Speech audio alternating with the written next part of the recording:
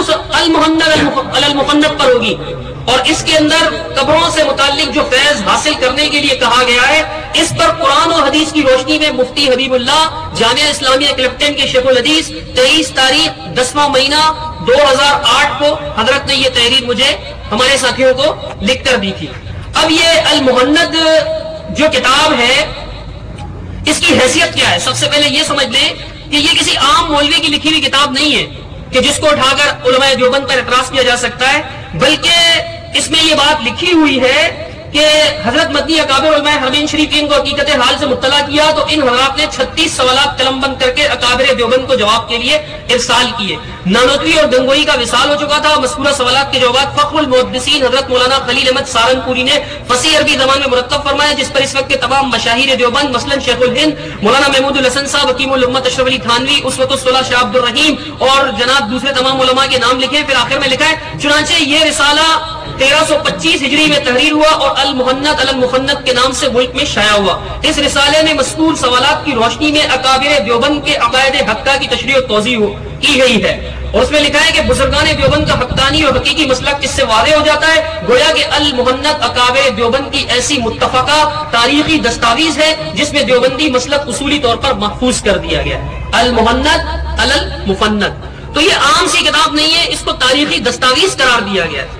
اب اس کے اندر یہ عقیدہ صفحہ نمبر 19 سے میں نے عبارت پڑھی تھی، اس کے بعد یہ عقیدہ صفحہ 45 پر اس کتاب کے لکھا ہوا ہے کہ جس میں لکھا ہوا ہے اب رہا مشائخ کی روحانیت سے استفادہ اور ان کے سینوں اور قبروں سے باطنی فیوز پہنچنا، سو بے شک صحیح ہے، مگر اس طریق سے جو اس کے اہل اور خواص کو معلوم ہے، نہ اس طرز سے جو عوام میں رائج ہے۔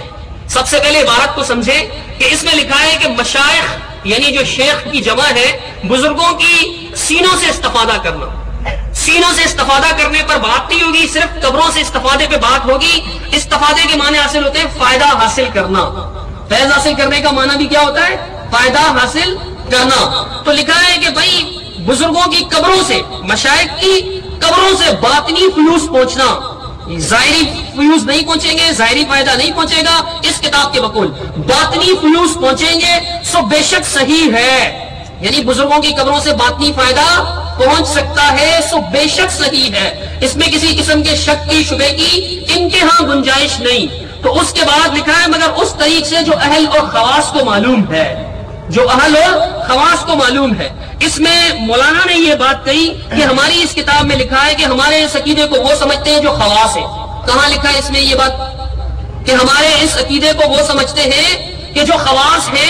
المحند کا نسخہ میں نے دیکھا تھا حضرت مولانا صاحب کے ہاتھ میں، وہ اس کمپنی کا چھپا ہوا ہے، المیزان کا غالباً، اور میرے ہاتھ میں ادارہ اسلامیات کا لکھا ہوا ہے۔ میں کہتا ہوں ان دونوں میں سے کسی میں بھی دکھا دیں، اگر کوئی اور نسخہ ہے تو اس میں بھی دکھا دیں کہ یہاں کہاں لکھا ہوا ہے کہ ہمارے عقیدے کو وہ لوگ سمجھتے ہیں کہ جو خواص ہے۔ یہ کہاں لکھا ہوا ہے؟ یہ ہرگز بھی نہیں لکھا ہوا، بلکہ یہ تمام لوگوں کے لیے دستاویز قرار دی گئی ہے کہ جس کو آگے میں عبارت پڑھوں گا کہ جس کو اس کتاب کو سمجھنا ہو علماء دیوبند کے عقیدے کو، وہ یہ کتاب پڑھے۔ اسی کتاب کے صفحہ نمبر 153 پر مفتی عبدالشکور ترمذی صاحب سرگودا والے، انہوں نے لکھا ہے کہ اکابر دیوبند کے تحقیقی مسلک کے طور پر وہ بحیثیت جماعتی مسلکی دیوبند کے پیش کیا، اس لیے یہ مجموعہ علماء دیوبند کے عقائد معلوم کرنے کے لیے ایک تحریری دستاویز اور متفقہ مسلکی وسیقہ ہے، اور مسلک دیوبند کے دیکھنے اور جانچنے کے لیے بمنزلہ آئینہ اور کسوٹی کے ہے، اور ساتھ ہی یہ ہر اس شخص کا جواب بھی ہے جو علماء دیوبند کی طرف کسی بھی عقیدے کو غلط طور پر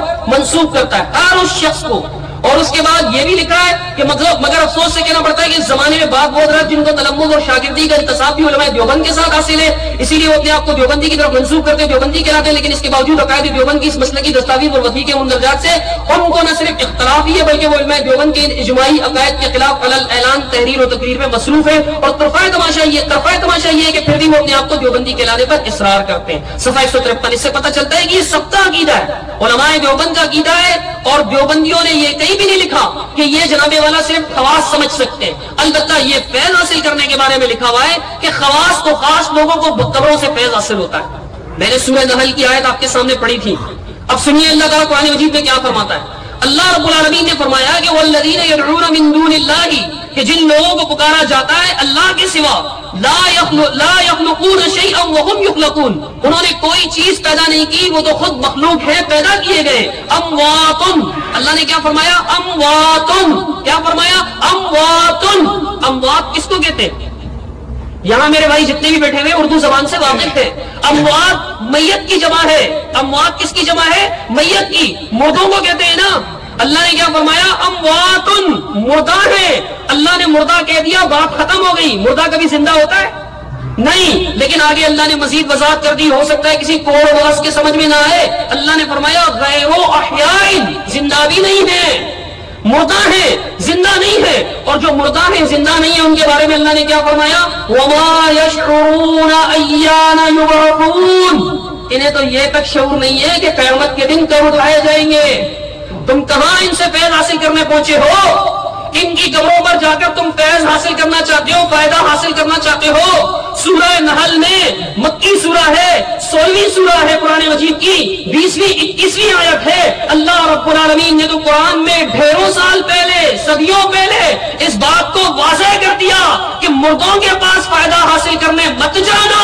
اللہ قرآن میں کہتا ہے اموات، اموات، مردہ ہے، مردہ۔ ارے تم پھر بھی سمجھو کہ شاید مردہ فائدہ پہنچا سکے۔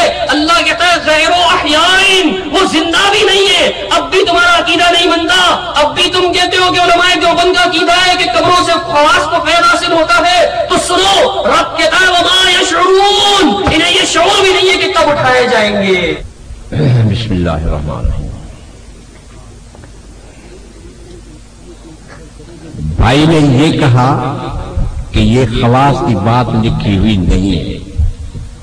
دیکھو اس کی عربی زبان کی عبارت ہے، فرمایا کہ فصول فیوز الباطنیہ من صدورہم اور قبورہم فیصح، اس کا صحیح طریقہ کیا ہے؟ الطریقۃ المعروفۃ فی اہلہا و خواتہا، مانا اس طریقے سے معروف اس فیوز کا مطلب اور فیوز باطنی کا مطلب کس طریقے سے ہوتا ہے؟ فرمایا عوامی طریقے سے نہیں، جیسے عوامی طریقے سے بھائی بات کرتا ہے۔ اور پھر میں یہ بھی کہوں گا کہ جس آیت کو بھائی نے پڑھا ہے، اس آیت کا مطلب بھی انہوں نے نہیں سمجھا، اور میں کھل کر کے بتاؤں گا آپ کو کہ اس آیت کا یہ مطلب سمجھتا ہی نہیں کہ اس آیت کا مطلب کیا ہے۔ وہ پہلے سمجھائے، بعد میں پتہ چل جائے گا کہ یہ خواص میں ہے یا نہیں ہے۔ فرمایا فیصح، یہ اس طریقے کے اوپر ہے جو المعروفۃ فی اہلہا و خواصہا، وہ طریقہ کن کو معلوم ہے؟ فرمایا ان کو معلوم ہے کہ جو اہل ہے اس طریقے کے، اور جو خواص ہے ان کو یہ طریقہ معلوم ہے، ہر ایک کو یہ طریقہ معلوم نہیں۔ بھائی کو عوام کا طریقہ معلوم ہے، جس کے اوپر یہ دعویٰ کرتا ہے کہ بھئی عوام قبروں پر جاتے ہیں، فیض حاصل کرتے ہیں، یہ کرتے ہیں، وہ کرتے ہیں۔ اس کا جواب میں سب کچھ آپ کو بھائی کو دے دوں گا، مگر پہلے تو بھائی کہتا ہے کہ اس کتاب کے اندر یہ بات نہیں ہے، پہلی یہ بات غلط کہتا ہے۔ اور دوسرا میں بھائی سے اعتراض کرتا ہوں اسی آیت پر، اگر یہ خواص میں سے ہے اور دعویٰ کرتا ہے کہ میں جانتا ہوں، تو اس سے پہلے تو میں نے 2 اعتراض کیے تھے، اب میں اسی آیت پر جو